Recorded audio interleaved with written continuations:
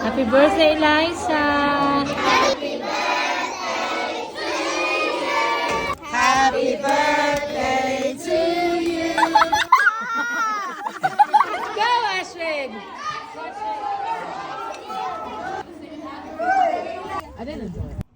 Sino nagawa nung... Mapalit na Mareng? Walang kukuha dito, akin to! Siguro kung mga isda itong mga video ko ay brown doon ang hasang na lubok ron.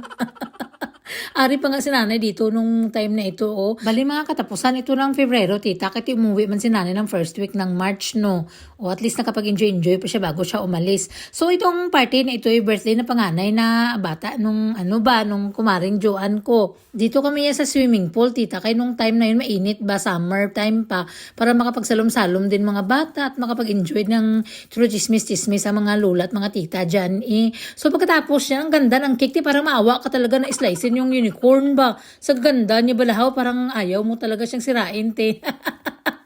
Ay.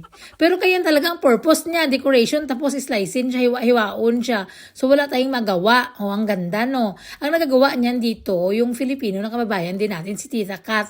Kumbaga ang mga cake dito ng mga bonggahan, sa kanya yan ang galing. O, since 2 hours lang po ang limit doon sa loob, pinalayas kami. Sinipa kami doon sa labas. So alam niyo naman, mga Pilipino kami, marami kami mga pagkain. So hindi kami uwi kung hindi kami makasyaron. So hindi pa mo nagbagting ng Sharon yung may-ari. So inantay talaga namin eh. Si Inday Astrid ang taga-video ko dito, tita. Kinapokus-pokus siya kita na mga mukha na lula kag ni tita ya. So fast forward na tayo, tita, sa bulan ng Mayo. Mayo, kung Mayo man ang utok mo. Huwag ka nagalukdo. So birthday na naman ang bunsong anak ni Kumaring Joan. So invited na naman tayo. Ang aming venue, andun na tayo sa park. Sobrang lawak ng park, kita. Kami lang talaga nag-celebrate doon. So ginsugakom namon lahat ng mga area, no. So maraming mga pagkain, kayong ibang mga kumarin nagsidalahan din ng mga pagkain, ulam, tsaka mga tinapay dyan. So as usual, kami lang naman din ang nagkita-kita. Eh kung sino yung nandun sa unang birthday, pagka sunod na birthday, kami lang naman. Ay, balos-balos lang kami dito ng invite, tapos magdala ng mga pagkain, tapos ginapasubrahan ng mga pagkain kay mga purpose niyan, mga Sharon man yan. Para mag-exchange gift kami ba? Oh, exchange gift. Mag-exchange lang kami ng mga pagkainan dyan eh. Para pag uwi mo ng bahay, tita, matikman mo din yung mga putahin ng ibang mga kumare mo. At least kung mga pagkain nila masarap doon, share ba?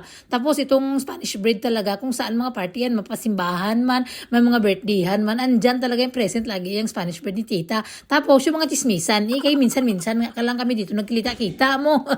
Kami mga trabaho man na sila lahat-lahat, tita. Ewan ko kung ano ang mga tupiko nila nito, sobrang seryoso talaga, te. Dito tana sa Australia, ante, pag may mga birthday, hindi man yan mandatory magdala ng regalo. Pero bukal sa loob mo yan, ma-excited ka man basta magpunta ka sa mga birthday, lalo na sa mga bata. Ay, magbili ka talaga, parang excited ka naman na magbigay ka sa bata mo. Yan man din ang kalipay nila kasi, te, mga magbukas ng mga regalo. Tapos yung mga nanay man ang mga kainan dyan. Tapos, dito naman, mandatory dito ang Sharon, te. Ang mga nanay dito, nag-prepare na yan ng mga container, tapos yung mga ziplock bag. Ay.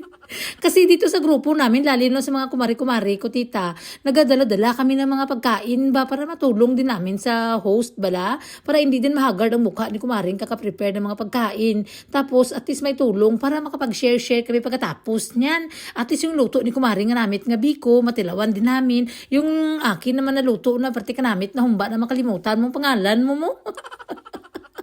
Lagi yan nilang request sa akin man.